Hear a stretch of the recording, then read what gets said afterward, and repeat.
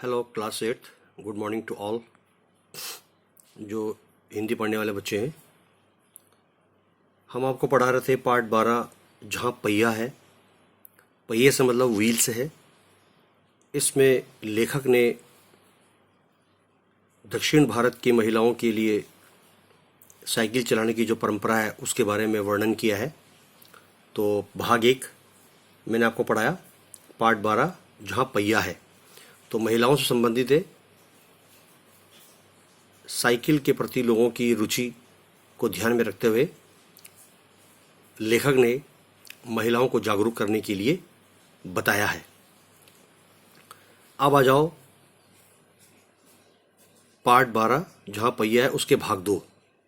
तो मैंने आपको यहाँ तक पढ़ाया था कि हर एक तरह से काम करने वाली महिलाएं,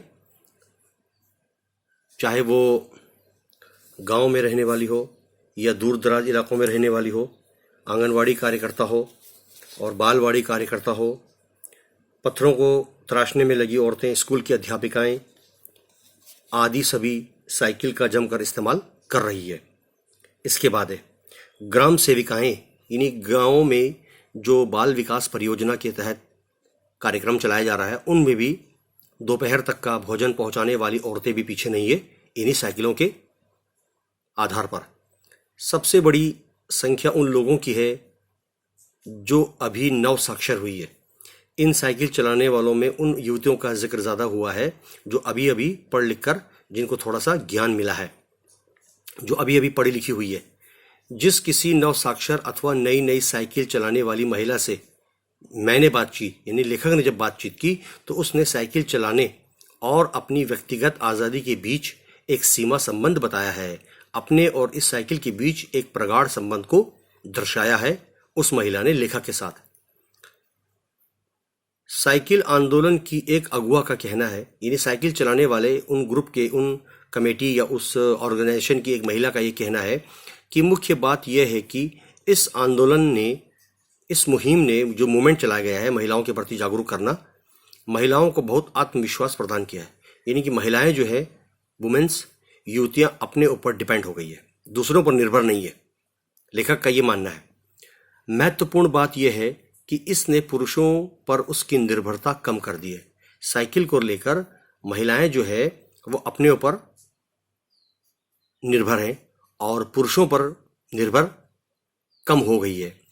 अब हम प्रायः ये देखते हैं, अक्सर ये देखते हैं कि कोई औरत अपनी साइकिल पर 4 किलोमीटर तक की दूरी आसानी से तय कर पानी लाने जाती है या किसी सामान के लिए, किसी कारणवश किसी काम के लिए जाती है। कभी कभी उसके साथ उसके बच्चे भी होते हैं। यहाँ तक कि साइकिल से दूसरे स्थानों से सामान ढोने की व्यवस्था भी खुद ही की जा सकती है महिलाओं के साथ।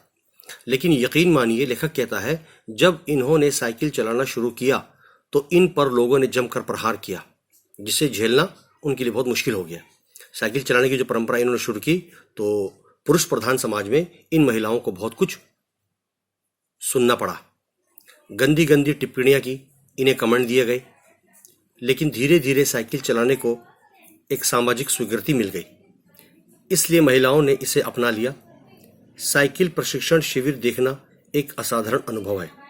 यानी साइकिल जो कैंप लगा था, जहाँ पर सिखाने के लिए, जहाँ पर उनके लिए प्रशिक्षक रखे गए थे, उनके ट्रेनर वगैरह, उनके लिए एक बहुत ही अजीब व गरीब, बेशकीमती एक एक्सपीरियंस था, एक अनुभव था। किला कुरुची गांव में, ये दक्षिण भारत के बारे में बता रहे हैं, किला कुरुची गांव में सभी साइकिल सीखने वाली महिलाएं जो हैं, आगे देखो यहाँ तक, ये तमाम महिलाएं किला कुरुची गांव में, ये तमाम साइकिल चलाने वाली महिलाएं जो हैं, रविवार को एक साथ इकट्ठा होती थी, एक जगह जमा होती थी। इनको एक जगह जमा होना था, उनके बारे में जानकारी, कैसे चलाना है, क्या उसकी ट्रेनिंग है, उसके बारे में तमाम जो इन्फॉर्मेशन है उनको दी जाती थी रविवार के दिन।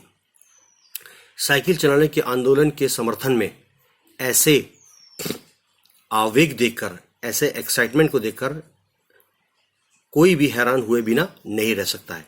उन्हें इसे सीखना ही है अपने ऊपर आत्मनिर्भर होने के लिए। साइकिल ने उन्हें पुरुषों द्वारा थोपे गए दायरे के अंदर रोजमर्रा की घिसी पिटी चर्चा से बाहर निकलने का रास्ता दिखाया। साइकिल चलाकर जब वो काम करते हैं तो पुरुषों ने उनके ऊपर थोपे गए बहुत सारे काम होते होते तो उनसे रोजमर्रा की घिसी पिटी उन चर्चाओं का, उन जिक्र से उन्हें छुटकारा मिल गया महिलाओं को। ये नव साइकिल चालक गाने भी गाती है, अपने ही धुन में कुछ गुनगुनाती भी जाती है। उन गानों में साइकिल चलाने को प्रोत्साहन दिया गया है। वो जब गाना गाती जाती है तो उनमें साइकिल के बारे में लोगों को जागरूक किया, अवेयर किया गया है। इनमें से एक गाने की एक पंक्ति का भाव है, जो भी लाइन उसमें महिलाएं गाती है गानों में, उनमें एक लाइन है, उसका जो भाव है, उसकी जो फीलिंग्स है, ओ बहिना आ सीखे साइकिल, घूमे समय के पहिया संग, जिन्हें साइकिल चलाना है। वो इन बारे में लोगों को अवेयरनेस करने जाते हैं, उनको जागरूक करना, उनके बारे में और ज़्यादा समझाना, उनका प्रोत्साहित करना, ये प्रशिक्षण भी उनको मिल चुका है। उनमें सबसे बहुत बड़ी संख्या में साइकिल सीख चुकी महिलाएं अभी नई नई साइकिल सीखने वाली महिलाओं को भरपूर सहयोग देती है। जाहिर सी बात है कि जो पहले सीख गए हैं वो आने वाली नवयुवतियों को और दूसरी नई नई महिलाओं को इन साइकिलों के बारे में जानकारी, उनको ज़्यादा भरपूर सहयोग देना, उनको सहायता करना, उनके बारे में हर वो चीज़ जो उनको बताने आवश्यक है, उनको मदद करने में वो सहयोग दे रही है। उनमें यहाँ न केवल सीखने सिखाने की इच्छा दिखाई देती है, बल्कि उनके बीच ये उत्साह भी दिखाई देता है कि सभी महिलाओं को साइकिल चलाना सीखना चाहिए। महिलाएं उन्हें और जोर देती है कि हर एक स्त्री को अपने ऊपर आत्मनिर्भर होना है, दूसरों पर निर्भर नहीं रहना है, अपने ऊपर विश्वास रखना है, और ये साइकिल चलाना उनके लिए बहुत ज़रूरी है, आवश्यक है। अगली पंक्ति में देखो, 1992 में 1992 में अंतर्राष्ट्रीय महिला दिवस, इंटरनेशनल वुमेन्स डे मनाया जाता है पूरे संसार में, पूरे दुनिया में। अंतर्राष्ट्रीय महिला दिवस के बाद अब ये जिला भी, पुडुकोई जिला जो डिस्ट्रिक्ट है दक्षिण भारत में, कभी भी पहले जैसा नहीं हो सकता। हैंडल पर घंटियां लगाए, घंटियां बजाते हुए साइकिल पर सवार 1500 से भी अधिक महिलाओं ने पुडुकोई में तूफान ला दिया। धीरे धीरे जब एक महिला जब सीखने लगी तो थोड़ी बहुत परेशानियां शुरू में आती है, तो धीरे धीरे उसको देखकर सब उनको फॉलो कर रहे थे, और धीरे धीरे एक को देखकर दो को देखकर चार, इस तरह से एक बहुत बड़ा हुजूम महिलाओं का समाज में इकट्ठा हो गया साइकिल के प्रति। महिलाओं की साइकिल चलाने की इस तैयारी ने यहाँ रहने वालों को हक्का बक्का कर दिया। लोग हैरान परेशान रह गए कि आखिर ये हो क्या रहा है। आगे देखिए, पेज नंबर 71 है। इस सारे मामले पर पुरुषों की क्या राय थी? पुरुष इसके बारे में क्या सोचते हैं? इसके पक्ष में, फेवर में, आर साइकिल्स के मालिक को, कोई कंपनी है आर साइकिल्स, उसके मालिक को तो रहना ही था। इस अकेले डीलर के यहाँ लेडीज साइकिल की बिक्री में साल भर में के अंदर काफ़ी वृद्धि हुई। यानी साल में अगर 500 साइकिल बिकती थी, वहाँ पर तकरीबन 5000 साइकिल का निर्माण भी होता था और उसकी बिक्री भी ज़्यादा होने लगी। ये माना जा सकता है कि इस आंकड़े को, इस रिकॉर्ड को 2 कारणों से कम करके आंका जाए, बताया जाए। पहली बात तो यह है कि ढेर सारी महिलाओं ने जो लेडीज साइकिल का इंतज़ार नहीं कर सकती थी, जेंट साइकिलें खरीदने लगी। लेडीज साइकिल के लिए थोड़ा सा कंफर्ट, थोड़ा उसको और इजी, आसान बना दिया, तो उसका इंतज़ार में, उसकी प्रतीक्षा न करके उन्होंने जेंट साइकिलें खरीदनी शुरू कर दी।